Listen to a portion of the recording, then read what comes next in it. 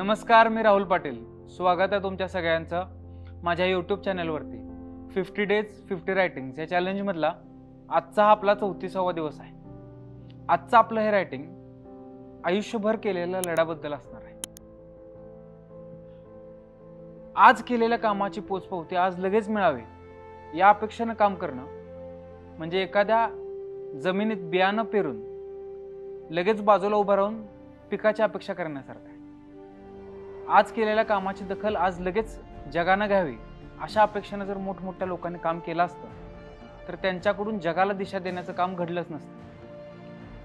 पेरून झाल्यानंतर विश्वासानं काही काळ थांबावं लागतं, कारण जे पेरलंय ते लगेच उगवेल असं नाही, पण ते एक दिवशी नक्की उगवतं. इतिहास वाचल्यानंतर आपल्याला एक गोष्ट कळते की अनेक विचारवंतांनी, अनेक विद्वानांनी, अनेक योद्ध्यांनी आपल्या ध्येयासाठी आयुष्य खर्च केलं आणि ते आयुष्य खर्च करून सुद्धा त्यांच्या वाट्याला अवहेलना, त्यांच्या वाट्याला दुःख, त्यांच्या वाट्याला कष्ट आलं आणि मग जाऊन जगानं त्यांची दखल घेतली. काही लोकांच्या बाबतीत तर त्यांनी ज्या ध्येयासाठी काम केलं, त्यांनी ज्या गोष्टीसाठी काम केलं, त्या गोष्टी आणि ती ध्येय त्यांच्या मरणानंतर साध्य झाली. त्यांची कीर्ती ही त्यांच्या मरणानंतर झाली. अशीच एक व्यक्ती लिओनार्डो ब्रुनो, ज्यांचा जन्म इटलीत झाला होता.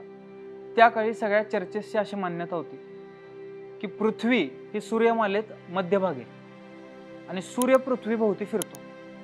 लिओनार्डोने स्वतः अभ्यास केला आणि त्यातनं त्यांना एक सत्य कळालं. ते सत्य असं होतं की पृथ्वीभोवती सूर्य फिरत नाही, तर सूर्याभोवती पृथ्वी फिरते. हे करत असताना त्यांनी चर्चच्या मान्यतांना धक्का लावला. त्यामुळे प्रचंड लोक त्यांच्यावर नाराज झाले.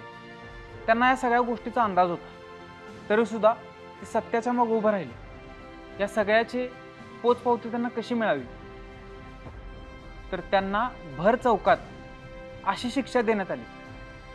त्यांना मृत्यूदंड देण्यात आला आणि त्यावेळी असं सांगण्यात आलं की याच्या रक्ताचा एक थेंब सुद्धा जमिनीवर न पडता याला मृत्यू आला पाहिजे. मग त्यांच्या तोंडामध्ये एक कागदाचा बोळा कोंबण्यात आला आणि त्यांना जिवंतपणे जाळण्यात आले.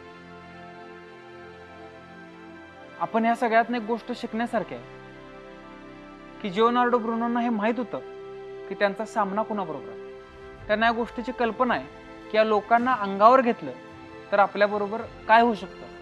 पण काही लोक असे असतात ज्यांना बाकी सगळ्या गोष्टींपेक्षा सत्यावर प्रेम असतं. सत्यावर ज्याचं प्रेम आहे, सत्यावर ज्याची निष्ठा आहे, अशा माणसांना परिणामांची काळजी करायला वेळ नसतो. त्यांचा सृष्टीच्या न्यायावर विश्वास असतो.